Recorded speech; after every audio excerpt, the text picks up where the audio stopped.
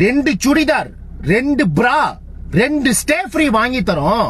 இந்த ஜனநாயகன் படத்தை லீக் பண்ண சொன்ன நாயும் லீக் பண்ண நாயும் மாட்டிக்கிட்டு ரயில்வே ஸ்டேஷன் பக்கத்துல 10 மணிக்கு போய் நில்லுங்க, நல்லா சம்பாதிக்கலாம்.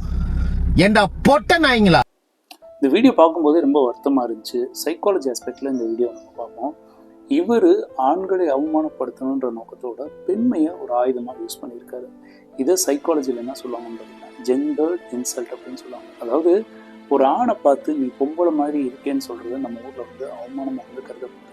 ஏன்னா காலங்காலமாக நம்ம ஊரில் நிறைய விஷயங்கள் இந்த மாதிரி தான் பேசிகிட்டு இருக்காங்க. நம்ம ஆழ் மனசில் பெண்மைனா ஒரு பலவீனம், இல்லைன்னா தாழ்வான ஒரு விஷயம்ன்றது தப்பான புரிதலை உண்டு பண்ணியிருக்காங்க. அதோட வெளிப்பாடு தான் இங்கே பேசப்பட்ட வார்த்தைகள். அவர் இன்டென்ஷனாக பேசினாரான்னு எனக்கு தெரியல. அந்த வீடியோவில் பார்த்தீங்க அப்படின்னா அவர் வந்து உடையை வந்து ஒரு தண்டனையாக காட்டுறது.